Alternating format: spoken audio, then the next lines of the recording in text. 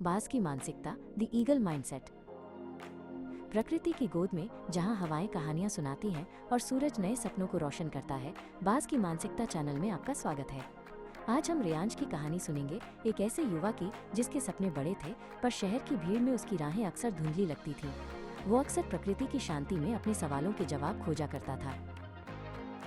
एक दिन ऐसी ही एक सुबह रियांश एक पुरानी किताब में बाज के बारे में पढ़ रहा था। उसने पढ़ा कि बाज तूफानों से डरता नहीं बल्कि उनकी हवाओं का इस्तेमाल ऊंचाई पर उड़ने के लिए करता है।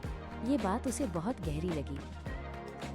यह पढ़कर रियांश को लगा जैसे उसे अपने जीवन के तूफानों का सामना करने का एक नया तरीका मिल गया हो।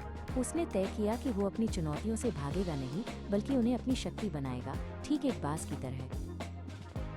बाज की दृष्टि असाधारण होती है। वो मीलों दूर से अपने लक्ष्य पर ध्यान केंद्रित कर सकता है।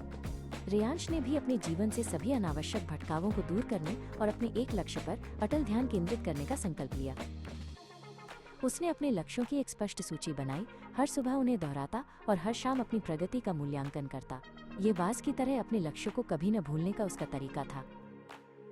बाज का उड़ना उद्देश्यपूर्ण होता है, बेतरतीब नहीं। रियांश ने अपने क्यों को खोजने का फैसला किया, माइनस अपने जीवन का सच्चा उद्देश्य। उसने समझा कि केवल जीवित रहना पर्याप्त नहीं बल्कि एक उद्देश्य के साथ जीना ही वास्तविक पूर्ति है।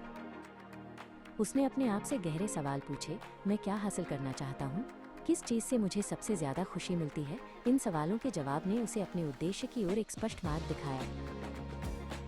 बाज शिकार करते समय सटीकता और अनुशासन का उपयोग करता है। रियांश ने भी अपने अवसरों का सावधानी से चुनाव करना सीखा, हर चमकती चीज के पीछे भागने के बजाय कुछ महत्वपूर्ण लक्ष्यों पर ध्यान केंद्रित करना। उसने समझा कि हर हाँ का मतलब किसी और चीज को ना कहना है। इसलिए उसने अपने समय और ऊर्जा को उन चीजों पर लगाने का फैसला किया जो उसके बड़े लक्ष्यों के साथ संरेखित थी। बाज अक्सर अकेले उड़ता है, अपनी आंतरिक शक्ति से ताकत पाता है। रियांश ने भी दूसरों की स्वीकृति की तलाश करने के बजाय अपनी आत्मनिर्भरता और भावनात्मक लचीलेपन को मजबूत किया। उसने सीखा कि अकेलापन कमजोरी नहीं बल्कि आत्मचिंतन और आत्मविकास का अवसर है। इस समय में उसने अपनी क्षमताओं को पहचाना और उन्हें निखारा।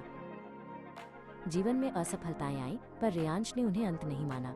उसे याद था कि कैसे बाज लगभग 40 साल की उम्र में अपने पुराने चोंच, पंजे और पंख गिराकर फिर से शक्तिशाली होकर उभरता है।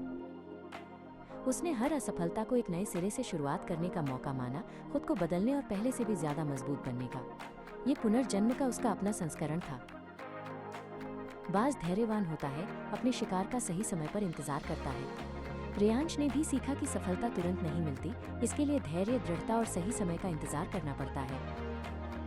उसने अपनी योजनाओं को जल्दबाजी में नहीं बदला बल्कि लगातार उन पर काम करता रहा, छोटे छोटे कदमों से आगे बढ़ता रहा। उसे पता था कि हर छोटा कदम एक बड़ी छलांग की नींव बनता है। बाज अपने घोंसले को ऊंचे पेड़ों या चट्टानों पर बनाता है जहां वो सुरक्षित और अछूता रहता है। रियांश ने भी अपने लिए एक मजबूत मानसिक घोंसला बनाया।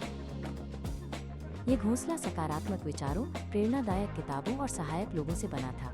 उसने अपने आसपास एक ऐसा वातावरण बनाया जो उसके विकास को बढ़ावा दे।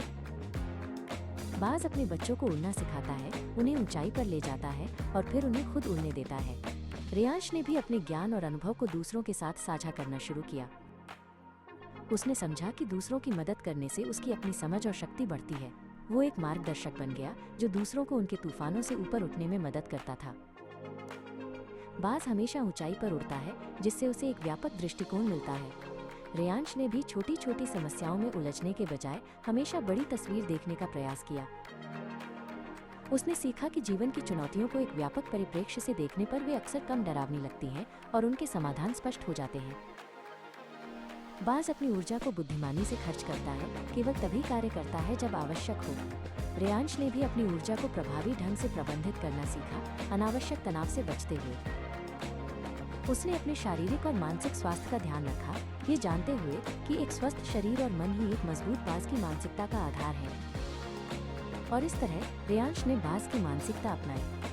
वो तूफानों से ऊपर उठकर स्पष्ट दृष्टि के साथ उद्देश्यपूर्ण जीवन जीकर, सटीकता से कार्य करके, अपनी आंतरिक शक्ति पर भरोसा करके और हर बार गिरने के बाद फिर से उठकर अपने सपनों की ऊंचाइयों को छूने लगा। उसने प्रकृति को धन्यवाद दिया जिसने उसे बाज के माध्यम से ये अमूल्य पाठ सिखाए। उसकी यात्रा एक प्रेरणा बन गई, ये दिखाते हुए कि सही मानसिकता के साथ कोई भी अपनी नियति का स्वामी बन सकता है। देखने के लिए धन्यवाद।